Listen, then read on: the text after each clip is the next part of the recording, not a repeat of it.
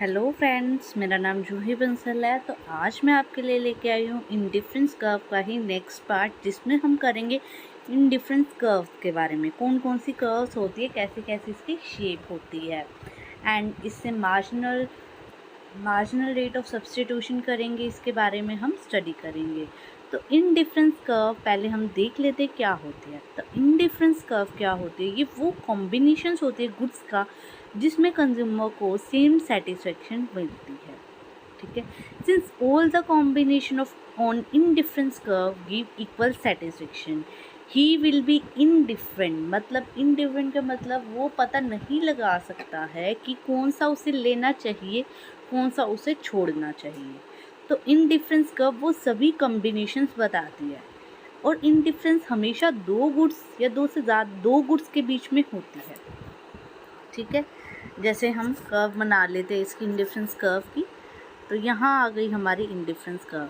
यहाँ पे हम ले लेते हैं y, यहाँ पे हम ले लेते हैं x। ठीक है, तो ये आ गई हमारी इंडिफरेंस कर्व। ठीक है, मतलब कि ये मान लो y हमारा ये है, x हमारा इतना है। मान लो x हमारा है 2 और y की क्वांटिटी है 10। ठीक है, तो मतलब हम x के कितने ले रहे हैं, 2 ले रहे हैं, y के कितने ले रहे हैं, 10। तो सपोज इनसे हमें 40 यूटिलिटी मिलती है। अब सेकंड कॉम्बिनेशन हमने लिया है यहाँ पे। तो यहाँ पे जो पॉइंट आया, मान लो यहाँ पे 5 है और यहाँ पे 7 है। तो मान लो हमने 7x का लिया है और y का लिया है 5। तो इससे भी हमें कितनी यूटिलिटी मिल रही है, 40। तो मतलब हमें मेन क्या करना है, हमारी जो यूटिलिटी है, सेटिस्फेक्शन है, उसको हमें क्या करना है, उसे सेटिस्फाई करना है। सेटिस्फाई होने के लिए हमें जो हमारी यूटिलिटी है उसको मैक्सिमाइज़ करना है। हमें कब सेटिस्फेक्शन होगी, हम कोई अच्छी चीज़ खाते तब हमें अच्छा लगता है, तो उसका मतलब वो हमारी सेटिस्फेक्शन होती है। उससे हमें क्या मिलता है, यूटिलिटी मिलती है। तो इंडिफरेंस कर्व हमें दो गुड्स के बीच की यूटिलिटी बताती है। दो गुड्स की सेटिस्फेक्शन मतलब ये वो कॉम्बिनेशन है कि हम कोई सा भी कॉम्बिनेशन लें, हमें सेम लेवल का सेटिस्फेक्शन मिलेगा, सेम लेवल की यूटिलिटी मिलेगी। हम चाहे इधर इस कर्व के अंदर हम किसी भी पॉइंट पे हो सकते हैं, ये मैटर नहीं करता हम ऊपर है, नीचे है, सेंटर में है, किस पॉइंट पे है, हमें सभी कॉम्बिनेशन पे सेम लेवल ऑफ सेटिस्फेक्शन मिल रही है। ठीक है, तो ये आ गई हमारी इनडिफरेंस कर्व। ठीक है, नेक्स्ट देखते हैं तो यहाँ पे हमने क्या लिया है, सपोज यहाँ पे मैंने एक फिगर ली हुई है, तो टेबल लिया है, तो गुड x है, y है। तो ये हमारा फर्स्ट शेड्यूल है, ये हमारा सेकंड शेड्यूल है। तो यहाँ पे देखिए गुड x की हमने फर्स्ट में ली है 1 कॉमोडिटी, यहाँ पे ली है 12। अब हमने x की इंक्रीज़ कर दी है, y की हमने रिड्यूस करके 8 कर दिया। नेक्स्ट में हमने x की और बढ़ा दी है, y की हमने कम कर दिया, x की हमने और ऐसे करके। तो यहाँ जितने भी लेवल है हमारे प्लस करके, तो सभी में क्या है, मान लो हमें 50 है, तो हमें 50 ही सेटिस्फेक्शन मिल रही है। ठीक है, अब हमने सेकंड शेड्यूल में देखा कि x की 2 है, y की 14 है। मतलब यहाँ पे x की भी कॉमोडिटी हमने बढ़ा दी है, y की भी हमने यूनिट्स बढ़ा दी हैं। तो मतलब ऑब्वियस सी बात है कि हमने दोनों की ही कॉमोडिटी की यूनिट्स बढ़ाई है, तो हमारा जो सेटिस्फेक्शन लेवल है वो भी क्या होगा, इंक्रीज़ होगा। मतलब हमारी जो यूटिलिटी है वो भी इंक्रीज़ होगी। यहाँ पे हमारी 50 थी, तो यहाँ पे हमारी 70 हो जाएगी। तो वो हर पॉइंट पे ही 70 होगी, एक पॉइंट पे नहीं, वो सभी पे ही 70 होगी। तो ऐसे ही अगर हम थर्ड शेड्यूल की बात करें, ऐसे ही थर्ड शेड्यूल ले लेते हैं, जहाँ पे हमारी जो x और y दोनों की ही यूनिट्स हमने बढ़ा दी है और उसकी यूटिलिटी सपोज 100 हो गई है, तो वो भी क्या है, हमारी वो सेटिस्फेक्शन लेवल और बढ़ गया है। तो उन जब सभी कर्व्स को हम देखते हैं, सभी शेड्यूल्स को मिलाते हैं, तो उसको हम क्या कह देते हैं, इंडिफरेंस मैप बोल देते हैं। तो यहाँ देखिए ये हमारा आ गया है इंडिफरेंस मैप। तो ये आ गई हमारी फर्स्ट आईसी कर्व, जहाँ पे हमारी सेटिस्फेक्शन लेवल है 50। फिर ये हमारी सेकंड है, यहाँ पे हमारी है 70, यहाँ पे हमारी है 100। तो ये हमारा क्या होता है, इंडिफरेंस मैप। ठीक है, यहाँ पे इसको पढ़ लेते हैं। इंडिफरेंस मैप कंसिस्ट ऑफ, मतलब यहाँ पे हमारे क्या है, सेट है, किसका सेट है, इंडिफरेंस कर्व का।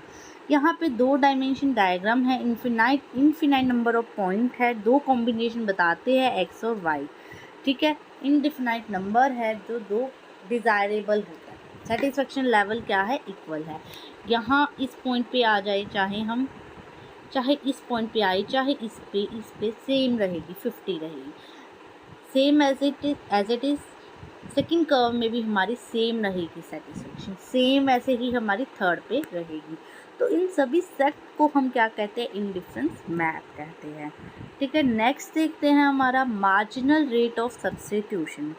मार्जिनल रेट ऑफ सब्स्टिट्यूशन क्या होता है, ये एक इंडिफरेंस कर्व को एनालाइज करने का ये बहुत इंपॉर्टेंट टूल होता है। इसमें क्या होता है, जब भी हम कोई कमोडिटी, जैसे कि हमने पिछले देखा था, टेबल दिखाती हूँ पिछले में, जैसे कि हमने यहाँ देखा था कि जब हमने गुड एक्स को इंक्रीज़ किया तो वाई को रिड्यूस किया। जब हमने एक्स को, यहाँ पे हमने क्या किया था, जब हमने एक्स को इंक्रीज़ किया तो हमने क्या किया, वाई को रिड्यूस किया, ठीक है। जब हमने एक्स को इंक्रीज़ किया तो वाई को हमने क्या किया, रिड्यूस किया। तो मार्जिनल रेट ऑफ सब्स्टिट्यूशन भी हमें यही बताता है कि हमें किस एक्सचेंज करनी है, ठीक है, ताकि हमारा हमें कैसे हमें एडजस्ट करना है, तो वो ये हमें मार्जिनल रेट ऑफ सब्स्टिट्यूशन बताता है। तो marginal the rate at which consumer is, कि किस रेट पे वो प्रिपेयर हो रहा है गुड एक्स और वाई को सब्स्टिट्यूट करने के लिए, एक्सचेंज करने के लिए, ठीक है। हुज लॉस, मतलब कि अगर हम एक्स को हम लॉस कर रहे हैं, अगर हम एक्स को लॉस कर रहे हैं, किसके कंपेरिजन, वाई को हम बढ़ा रहे हैं और एक्स को हम कम कर रहे हैं। एक यूनिट एक्स के बढ़ाने के लिए हमें वाई को लॉस करना होगा, तो उसे marginal rate, diminishing marginal rate कहते हैं। तो जैसे कि यहाँ पे है हमारा पॉइंट 12, तो यहाँ पे देखिए हमारी जो y है वो कितना है, 12 है, ठीक है। जो x है वो हमारा कितना दिया हुआ है, 1। तो अब नेक्स्ट में हमने क्या किया, हमने y की कर दी है 8, ठीक है, y की कम कर दी है और x की बढ़ा के हमने 2 कर दी है, ठीक है, x की बढ़ा के हमने 2 कर दिया। तो दोनों के जो बीच का गैप है उसको हम मार्जिनल रेट ऑफ सब्स्टिट्यूशन बोलते हैं, ठीक है, मार्जिनल रेट ऑफ सब्स्टिट्यूशन कहते हैं हम। सिमिलरली जैसे जैसे हम नीचे जा रहे हैं, एक्स कमोडिटी हम बढ़ाते जा रहे हैं, ठीक है, तो इसको क्या कहते हैं, मार्जिनल रेट ऑफ सब्स्टिट्यूशन कहते हैं। और जैसे जैसे आप देख रहे होंगे, जैसे जैसे हम नीचे आ रहे हैं, हमने जो ये ट्रायंगल एरिया है वो भी हमारा डिक्रीज़ होता जा रहा है। जैसे जैसे वो हम कंपनसेट करते जा रहे हैं, वाई की कमोडिटी को हम थोड़ा थोड़ा, पहले हमने ज़्यादा कम किया, फिर धीरे धीरे कम करें, जिसकी वजह से ये diminishing marginal rate of substitution होता है, ठीक है। नेक्स्ट हम देखते हैं इनडिफरेंस कर्व परफेक्ट सब्स्टिट्यूट की। अब हमने पिछले में क्या देखा था, जो हमारी इनडिफरेंस कर्व होती है वो क्या होती है, यू शेप की होती है।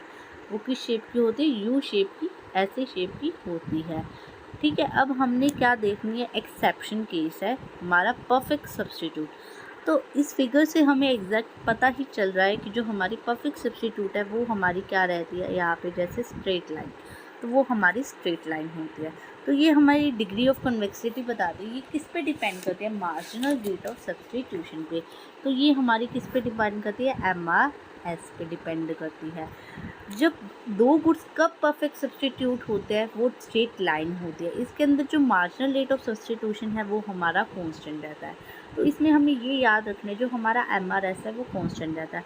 मतलब कि मान लो 2 यूनिट हमने y के कम करे हैं तो x के हमने 2 यूनिट ही इंक्रीज करे हैं, नेक्स्ट में भी हमने 2 यूनिट ही कम करे हैं, 2 यूनिट ही बढ़ाए हैं, तो सेम एज इट इज़ चलेगा, तो उसको परफेक्ट सब्स्टिट्यूट कहेंगे, ठीक है। बिकॉज द कंज्यूमर क्योंकि इक्वली प्रेफर करेगा 2 गुड्स को, एक्सचेंज करे इक्वल कांस्टेंट रेट पे चले, जिसकी वजह से जो हमारा जो परफेक्ट सब्स्टिट्यूट रहेगा, जैसे टी एंड कॉफ़ी हो गया, मैंगो एंड एप्पल हो गया, तो ये हमारे परफेक्ट सब्स्टिट्यूट के एग्जांपल हो गए। देन हम देखते हैं हमारा कॉम्प्लीमेंट्री गुड्स। तो कॉम्प्लीमेंट्री गुड्स क्या होते हैं, पहले कॉम्प्लीमेंट्री गुड्स देख लेते हैं। कॉम्प्लीमेंट्री गुड्स की अगर हमने एक कमोडिटी ली है तो हमें दूसरी की भी कंज्यूम करनी पड़ेगी, ठीक है। जैसे हमने शूज़ का पेयर ले लिया, अगर हमने लेफ़्ट शू डाला है तो हमें शू का सेकेंड पेयर भी लेना ही पड़ेगा, ठीक है, राइट शू का पेयर भी लेना पड़ेगा। तो वो होते हैं हमारे कॉम्प्लीमेंट्री गुड्स, जो हम क्या करते हैं, इसको मेन जॉइंटली कंज्यूम करते हैं, ठीक है। जॉइंटली ही हम इंक्रीज़ करेंगे, जॉइंटली ही हम उसे डिक्रीज़ करेंगे। जैसे पेन एंड इंक हो गया, राइट शू लेफ़्ट शू हो गया, ऑटोमोबाइल पेट्रोल हो गया, तो इसकी जो कर्व होती है हमारी राइट एंगल होती है। तो ये आ गई हमारी राइट एंगल कर्व, ठीक है। तो लेफ्ट हैंड पोर्शन को हम इसको हम कहते हैं वर्टिकल स्ट्रेट लाइन है ये, और इसको हम कहते हैं हॉरिजॉन्टल स्ट्रेट लाइन, ठीक है। तो इसमें हमें क्या कहते हैं, लेफ्ट हैंड को infinite amount of y necessity to substitute, तो हमें बहुत ज़्यादा क्वांटिटी में चाहिए कि वाई को हमें सब्सटीट्यूट करने के लिए एक्स के लिए, ऐसे ही एक्स को बहुत ज़्यादा इनफिनाइट अमाउंट में चाहिए वाई को सब्सटीट्यूट करने के लिए। तो ये क्या कहते हैं कि कैन नॉट बी सब्सटीट्यूट। तो इसमें हम सब्सटीट्यूट नहीं कर सकते एक्स वाई को, हमें जॉइंटली ही कंज्यूम करना पड़ेगा दोनों फूड्स को, ठीक है। तो इसके साथ ही हमारी वीडियो ख़त्म होती है। वीडियो अच्छा लगे तो लाइक एंड सब्सक्राइब जरूर करें। Thank you.